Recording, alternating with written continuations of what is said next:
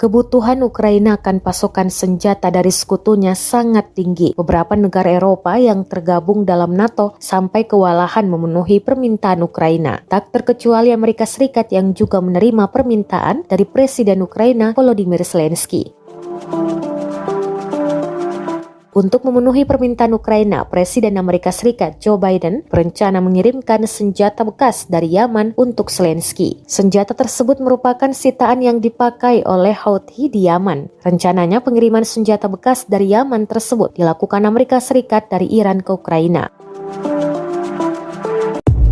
Wall Street Journal pada hari Selasa 14 Februari kemarin melaporkan bahwa para pejabat Amerika Serikat sedang mempertimbangkan untuk mengirim lebih dari 5.000 senapan serbu, 1,6 juta butir amunisi senjata kecil, sejumlah kecil rudal anti-tank dan lebih dari 7.000 sekering jarak ke Ukraina. Langkah tersebut dipercaya mampu memperkuat militer Ukraina dalam mempertahankan diri dari serangan baru Rusia di tengah perang yang sedang memasuki tahun kedua. Keputusan untuk mengirim ribuan senapan ke Ukraina juga bisa menjadi alat Amerika Serikat untuk menyerang Iran yang selama ini dicurigai memberikan dukungan drone secara diam-diam ke Rusia.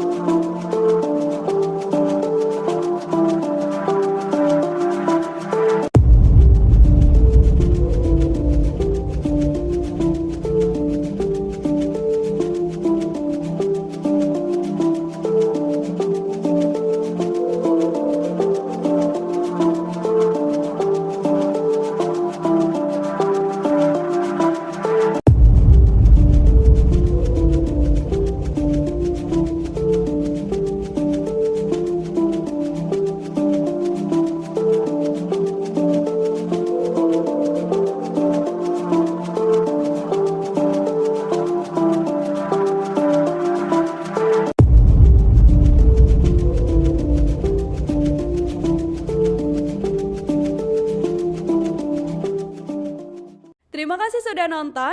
Jangan lupa like, subscribe, dan share ya.